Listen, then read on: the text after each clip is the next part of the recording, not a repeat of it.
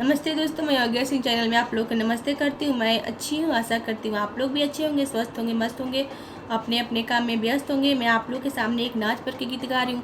पसंद है तो लाइक कीजिएगा, सब्सक्राइब कीजिएगा, शेयर कीजिएगा।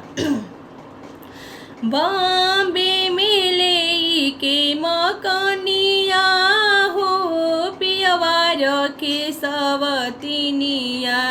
बॉम्बे में ले के मकनिया हो पियवा रखे सवतिनिया।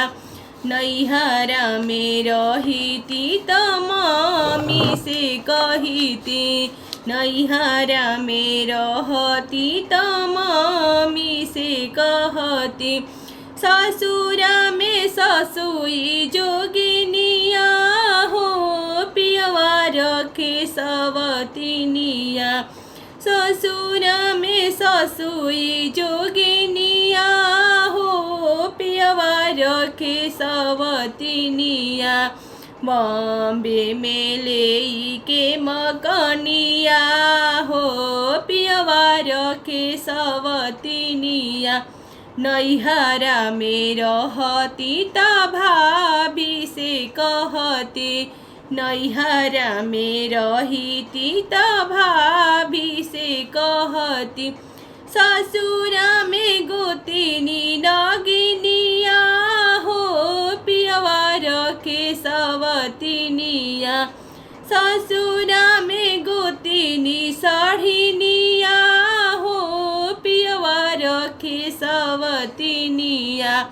के करा से कहीं दिल के बतिया हो पियवा रखे सवतिनिया।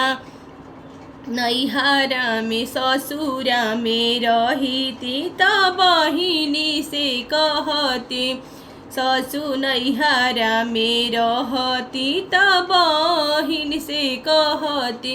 ससुरा में ननदी खेलड़िया हो पियवा रखे सवतिनिया।